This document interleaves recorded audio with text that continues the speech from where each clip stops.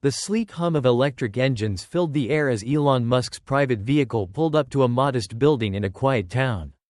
The children's home wasn't the kind of place one might associate with a man who spent most of his time chasing the stars and redefining the future of humanity. But here he was, stepping out of the car into an afternoon marked by soft sunlight and the distant sound of children's laughter. He wasn't entirely sure why he had accepted the invitation.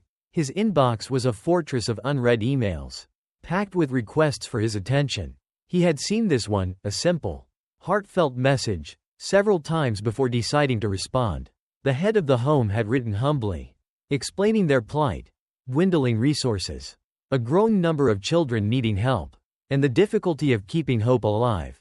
There was no dramatic plea, no expectation of miracles, just a quiet request to attend a fundraiser, if your busy schedule allows. Something about the tone of that letter had stuck with him. The invitation sat in the back of his mind during long hours in boardrooms and late nights spent drafting emails about Mars colonization. It wasn't the kind of event he normally attended. Large-scale philanthropy was already a part of his work. He funded initiatives to combat climate change and promoted sustainable energy. But this was different, personal, almost inconveniently intimate. As he stepped inside, Elon adjusted his jacket and prepared himself. He wasn't here to make a grand appearance. No speeches or interviews, just to quietly observe, offer support, and leave. It wasn't about him. The home's needs were practical: beds, books, playground equipment, simple things that could make a profound difference. The building itself bore the weight of time. Faded paint clung stubbornly to its walls, and the floors creaked underfoot. But it had a charm, too, a warmth in the air that couldn't be faked. A hand-painted banner reading, "Welcome, Friends," hung above the doorway, and children's drawings adorned the walls. Despite its imperfections, the home felt alive with the effort of its staff and the resilience of its young residents. A caretaker, middle-aged with kind eyes and a clipboard in hand, greeted him. She seemed slightly nervous but determined to make him feel at ease. "Mr. Musk, we're honored to have you here. Thank you for coming." He nodded, offering a small smile. "Happy to help." The laughter of children drifted from outside, and he caught a glimpse of them playing in the yard. They seemed unbothered by the cracks in the sidewalk or the sparse patch of grass where a swing set stood slightly tilted. It struck him how easily they adapted, finding joy in circumstances that might seem bleak to others. "This way," the caretaker said, leading him toward a gathering room filled with staff, volunteers, and a few guests who had come to support the event. Elon listened as she outlined the home's challenges and their fundraising goals. She spoke with a mix of hope and exhaustion, her voice wavering just slightly when she described how much more they could do with better resources. But Elon's attention wasn't entirely on her words. It was drawn instead to a corner of the room, where a little girl sat alone.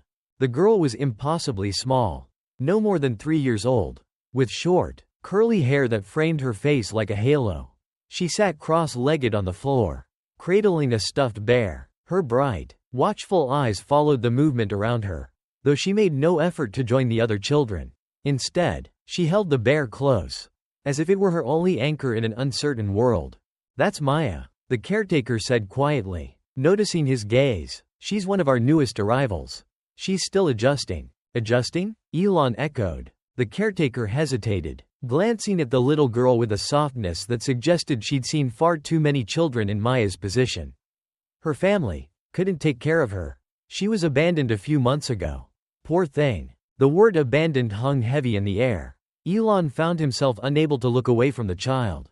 Maya's small fingers absently stroked the ear of her bear, her lips pressed into a serious, thoughtful line. She didn't seem sad. Exactly, just cautious, as if the world had already taught her to expect the worst. Without thinking, Elon moved closer. He was hardly the type to interact with children on a regular basis. But something about Maya drew him in. Maybe it was the quiet determination in her eyes, or the way she seemed so utterly alone in a room full of people. He crouched down to her level. "Hi," he said softly. "What's your bear's name?" Maya blinked, her grip on the bear tightening. For a moment, he thought she might ignore him. Then, in a voice so small he almost missed it, she whispered, "Teddy." Elon smiled. "Teddy looks like a good bear." The girl studied him, her gaze unwavering. Finally, she nodded. And to his surprise, she pushed the bear toward him.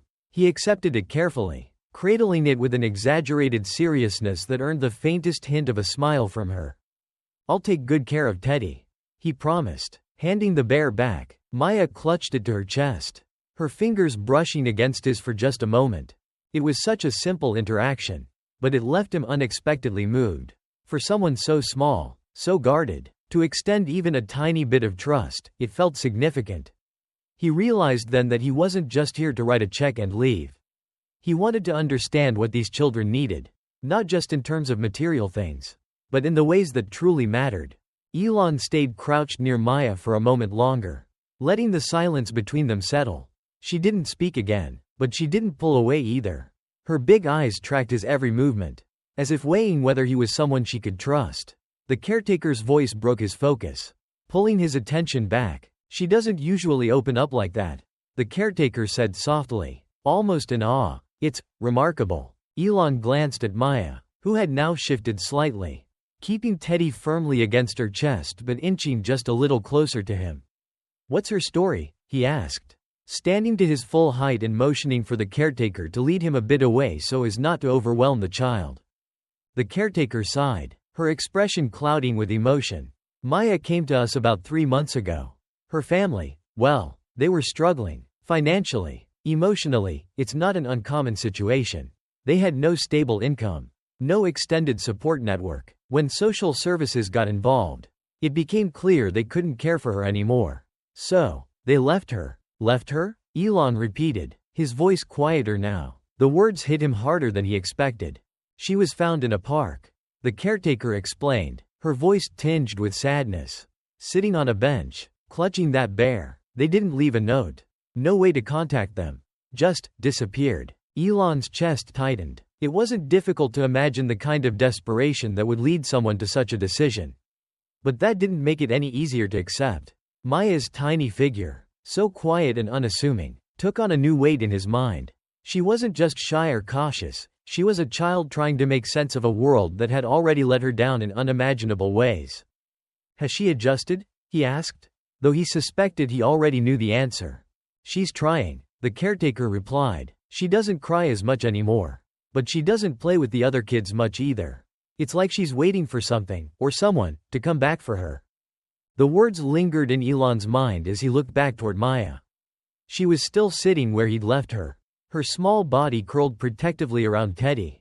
She didn't seem to be paying attention to the other children, but every now and then her eyes darted toward the door, as if expecting someone to walk through it. "She's just 3 years old," the caretaker added softly, "too young to understand what's happened, but old enough to feel the loss." Elon nodded, his throat tight. He wasn't a stranger to difficult decisions. Every day, his work demanded choices that affected thousands, if not millions, of people. But this was different. This was personal. Determined to understand more, Elon returned to Maya's side. This time, he sat down on the floor, crossing his legs to match her posture. The ground was hard and cold, but he barely noticed. Maya looked up at him, her expression as guarded as ever. "Can I join you?" he asked, his voice low and gentle. She hesitated, her fingers tightening around Teddy. Then, slowly, she nodded. Elon smiled, careful not to overstep. He reached for a nearby toy, a small plastic car with chipped paint, and rolled it toward her. "I used to have a car like this when I was a kid," he said. "Mine was blue, though. What's your favorite color?" Maya didn't answer right away. She picked up the car, turning it over in her hands as if considering whether to trust him. Finally, she whispered, "Pink. Pink's a good choice," Elon said, leaning back slightly to give her space. "Maybe we can find a pink car for you next time." At that, Maya's lips twitched into a fleeting smile.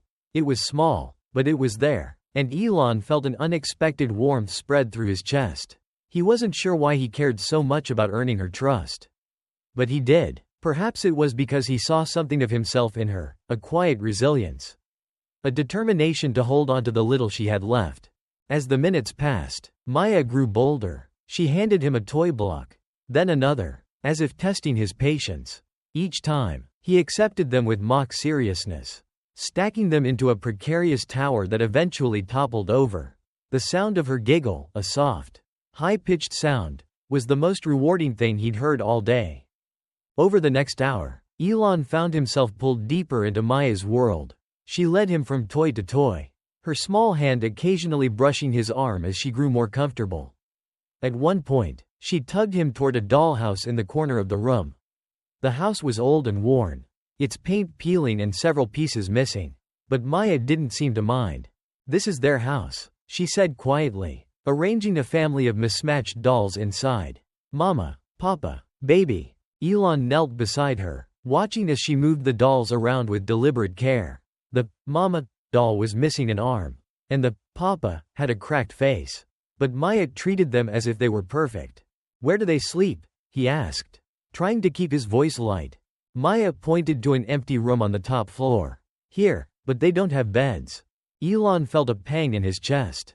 "Maybe we can get them some beds," he offered. "What do you think?" Maya tilted her head, considering his suggestion. "Maybe," she said finally. Then, with a sudden burst of energy, she grabbed his hand. "Come on." "Where are we going?" he asked, letting her pull him along.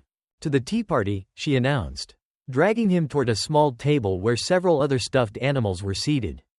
Elon couldn't help but laugh. For a man who spent his days solving the world's biggest problems, this small moment of play felt strangely profound. As he poured imaginary tea into plastic cups and listened to Maya chatter about Teddy's adventures, he realized that the weight of his usual responsibilities had lifted, if only for a while. As the afternoon wore on, Elon remained engrossed in Maya's small world. Time, which usually felt like a strict and measured constraint in his life, seemed to slip away unnoticed. For once, he wasn't thinking about schedules or deadlines. It was just him, Maya, and her little games, a quiet moment in a life otherwise filled with noise.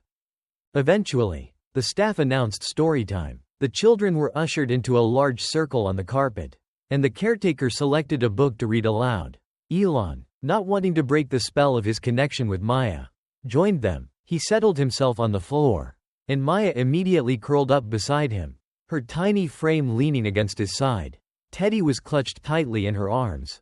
As always, the story was simple, about animals finding a home in a forest, but it held the children's attention. Maya, too, listened intently, though her fingers occasionally played with the hem of Elon's jacket. He noticed the way she seemed to relax against him, as if his presence offered her a rare sense of safety. When the story ended, the children clapped enthusiastically. Maya didn't clap, but she looked up at Elon, her wide eyes filled with an expression he couldn't quite place. Then, without warning, she raised her arms toward him, a silent request to be held. He hesitated, caught off guard by the sudden gesture. But the look in her eyes left him no choice. Gently, he scooped her up, cradling her in his arms. Her head nestled against his shoulder. And for a moment, the room around them seemed to fade away.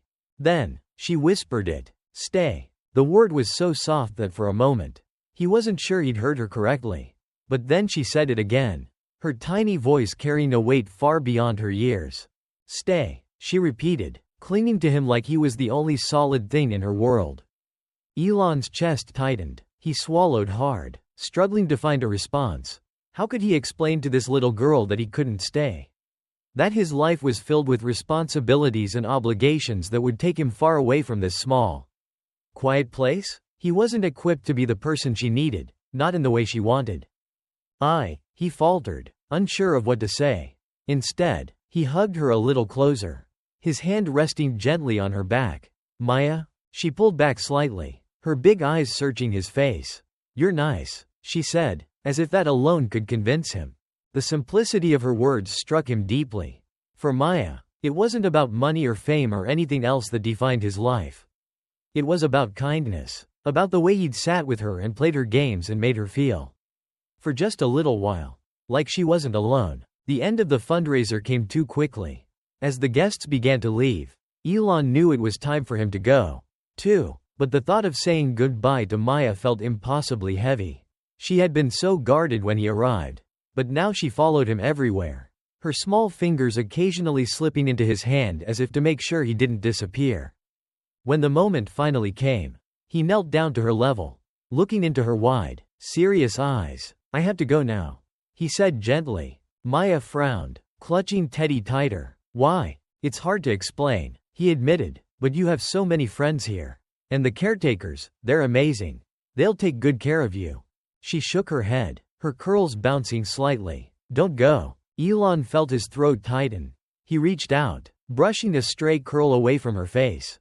"Maya, you're so strong, stronger than you know. And I promise, things are going to get better."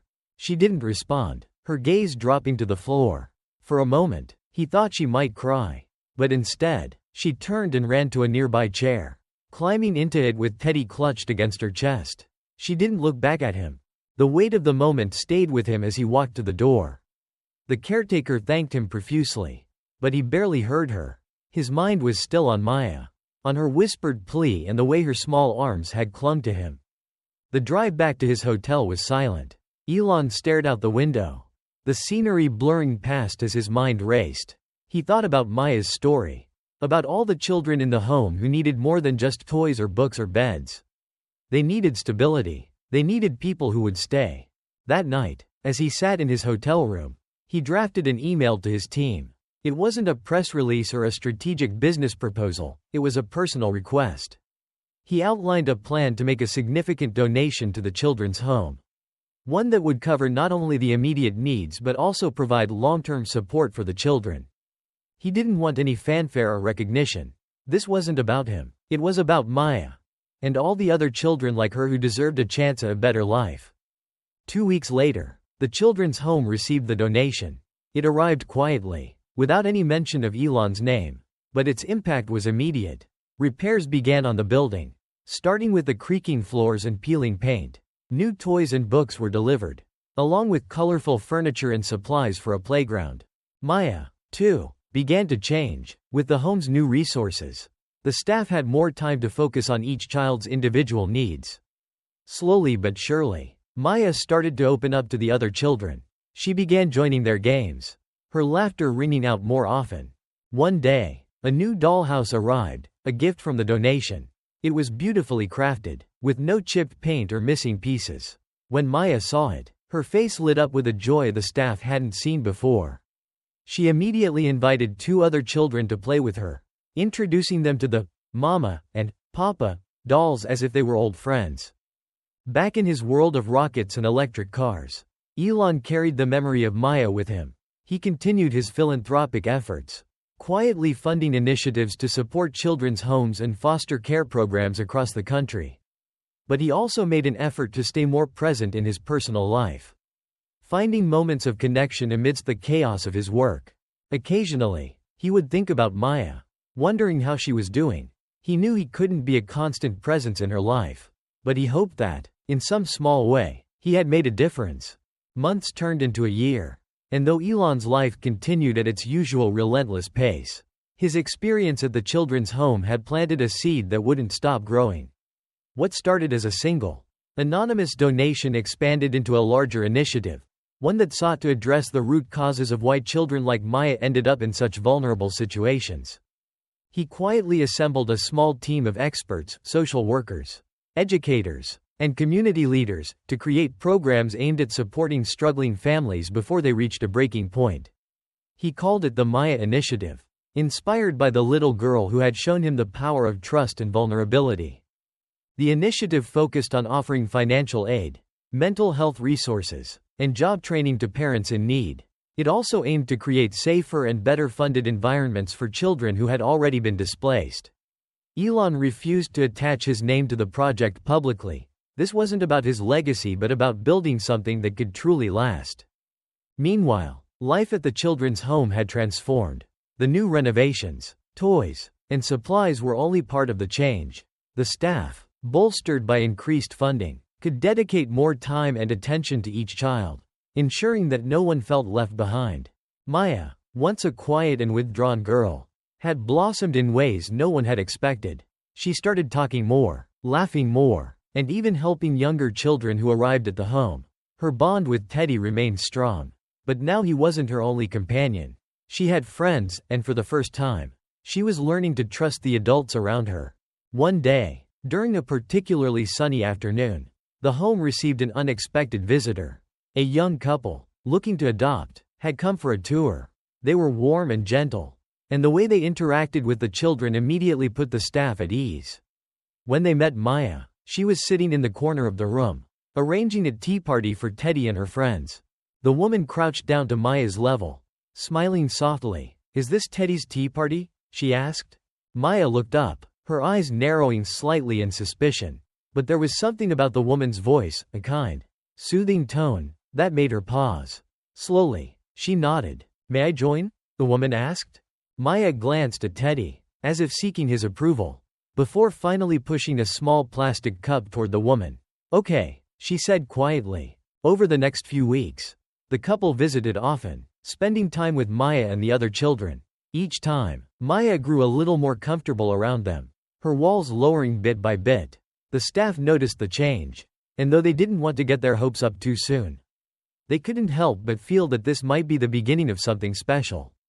Though Elon hadn't planned to revisit the children's home, something kept pulling at him. One evening, after a particularly long day, he found himself scrolling through updates from the Maya initiative. He thought of the children, of the quiet resilience he had witnessed in Maya, and decided to check in. The visit was unannounced. He arrived early in the morning, hoping to avoid drawing attention.